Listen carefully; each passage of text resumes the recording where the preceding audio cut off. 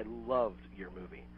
Make sure you say that. I will fill the hour saying that. And I'm wondering, it wasn't, when I watched it, it was surprising in that there's some biographical stuff in there, of course, but it mostly follows you. It's kind of a year in the professional life of Joan Rivers for the most part. Is that how they pitched it to you? Well, they just said, let's go follow you around and see what happens. And I thought these are two terrific girls that did it because they had done a thing on Darfur and they had done a thing on someone that was electrocuted unjustly. So I knew it wasn't going to be a puff piece, which is exactly what I did not want. And so I thought it was terrific what they did and what they chose. Yeah. And it should have surprises. If someone's paying money, God damn it, they better walk out of the theater and say that was worth it. Yes, and it so is. But you had no trepidation about cameras. I mean, you've been in the public eye forever, but this is particularly invasive, I would think, because cameras are following you everywhere. Yeah, but you forget. Remember, it was almost 16 months. So after 2 days, they become part of the family, and they become your entourage. Right, okay. And it's great. I mean, when we stopped filming, there was a big void left in my life. These are guys that were with me for Thanksgiving and Christmas and Passover, and these went with me with Cooper on trips. And so you don't even notice the cameras running anymore. Yeah, yeah. So, just a quick question. When you are doing this, is there any point while you, because you know this is going on, do you ever get a point like subconsciously or consciously where you want to keep something secret, or do you just let it all out? Do you just let it act as naturally as possible? Again, you forget it's 16 months. Okay. And you truly forget, and they become family friends. Okay.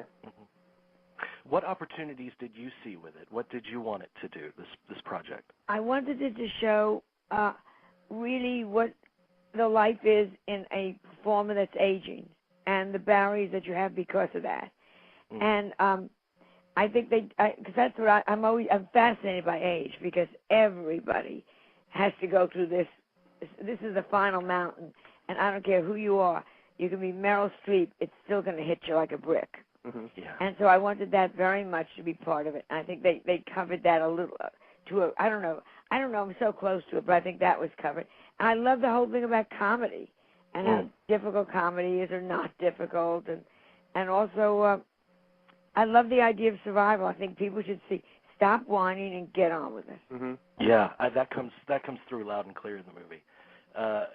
What's part of what surprised me about you in the film is you've been in the business for a long time. There's been ups and downs, but the negative reviews still hit you pretty close to the bone, don't they? Oh, of course. And also because when the review that they read, which now makes me laugh in the film, this man is so self-serving and whiny and emotional. Well, you asshole, it ends with a joke. It was the biggest laugh in the play. And so reviews get you very upset when they miss the whole point. Right. You know, and don't you wish you could call back and say, "Listen, moron, you missed the point." Exactly. But have you ever lashed back at a critic? Have you ever returned? No. Why bother? Why bother? You know, what you do is you pretend you didn't see it. Yeah. At the same time, the audience, because the scenes that we're talking about involve a show that you did that you took to England. England, we got raves in San Francisco, raves in California, raves in Edinburgh. Then we took it to England, and we got 3 bad reviews. And in the documentary, they show the 3 bad reviews. They don't show where they were carrying you through the streets in San Francisco. You know, so but it makes for a better movie. And it was true. I didn't bring it into New York. 3 bad reviews. I said, I'm not going into New York to have those sons of bitches decide. Yeah. At the same time, the audience loved it. The audiences loved it. Yeah, and I'm sure the audiences are loving this film, and this film actually might, ironically, give you some of the best reviews of your career, I would think. So far we have, I don't want to jinx it, but so far we haven't had one bad. We've had great reviews. We've had like 500 reviews, you know what I mean, everywhere you look. And they're all amazing, and that is, I'm so happy. I'm not being corny. It's great for me because I didn't expect it, and the filmmakers are just tap dancing around now. I mean, right. just put them on the map, and that's so good for them. Are you as invested in the reaction to this film as you would be your own show or your own comedy act? With a great question. The nice thing is if people don't like it, you say, not my fault. Speak to documentarians. But the minute people love it, I'm totally invested in it. One other thing that came up, you always, first and foremost, you say that you considered yourself an actress. That's the one thing you prize most. And that's the one thing career. don't touch me with. Yeah, that's the one, that's my Achilles heel, yes. Yeah. Was a movie career a big part of that for you? And is that a regret that you haven't had more? A regret? A regret? I want to commit suicide every time I see Meryl Streep, that bitch, doing something I could do better. That's I love the honesty. I love that. That's wonderful. You should have seen what I would have done to Precious. I would have made you sob. I love it already. I wish I had seen that version instead. Joan Rivers is Precious. Would have been the ad. But I have a question for you. I was curious because of your stand-up comedy roots and your stand-up comedy. You are an icon in that. Yeah, right. No, you are. You are. We grew up with you. So I'm curious. What do you think? Has it changed a lot? The newer generation of comedians that have come up? Yes. Yeah, I think comedy is great because it's so rough now, and you can deal with subjects I couldn't go. I mean, if you look in the documentary, I'm on Ed Sullivan, and they think I'm being very wild, and the jokes are so sweet, you know. Right, now I'm working constantly. I do concerts all the time, and I talk about subjects you wouldn't dare go near, and talk about them roughly. And it's very funny. People over 50 say to me, "You're filthy. You're talking about," and everyone under 50 goes, "Boy, that's hilarious."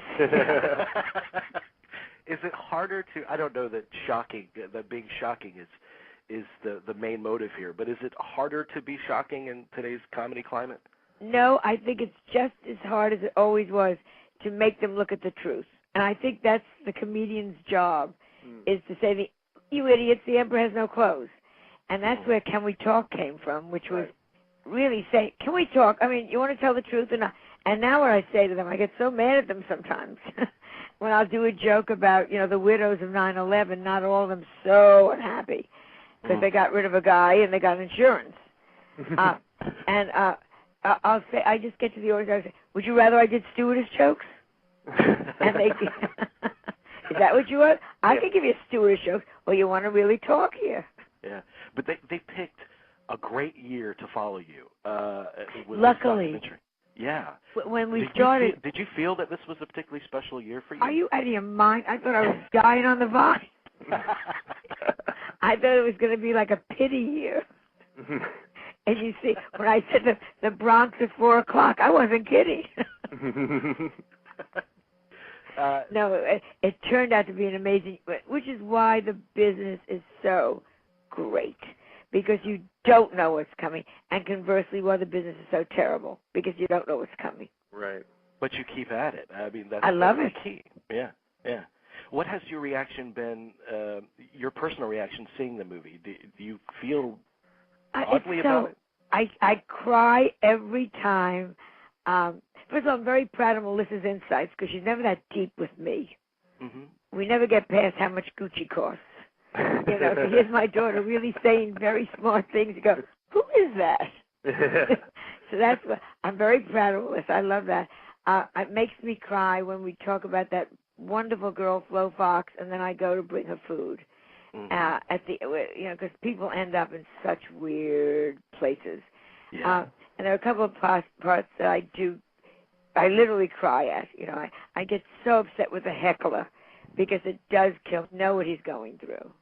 Yeah, that is one of the most memorable parts of the movie. Yeah. Does that happen very often? Never. It was probably, of course, and weren't they lucky to get it on film? Probably once in 7 years, if that. you'll have someone stand up and be that way. Yeah. Okay.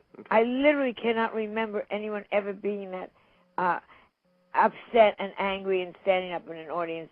And as I said, and that they were there, the documentarians, how lucky for them. Again, it's the old story, how lucky for them. Lightning in a bottle. Yeah. That moment. So this film, which is great, everyone needs to go out and see it. It opens June 11th. Yes. Limited, and then really spills out, I think, the end of June. Okay, good. Is it going to be one of those on-demand, because it's IFC? Do you know if it's going to be on-demand? It'll probably be on-demand, too. I'm so not in that part of the business. Okay. Well, I just love that we're in theaters. You know how great it is to walk down the street and the theater in my little town in Connecticut is going to play it? Oh, that's great. That's wonderful. That's great. Well, no one goes to that theater, but the point is, if they did go in the barn, in the Bantam barn, it's there.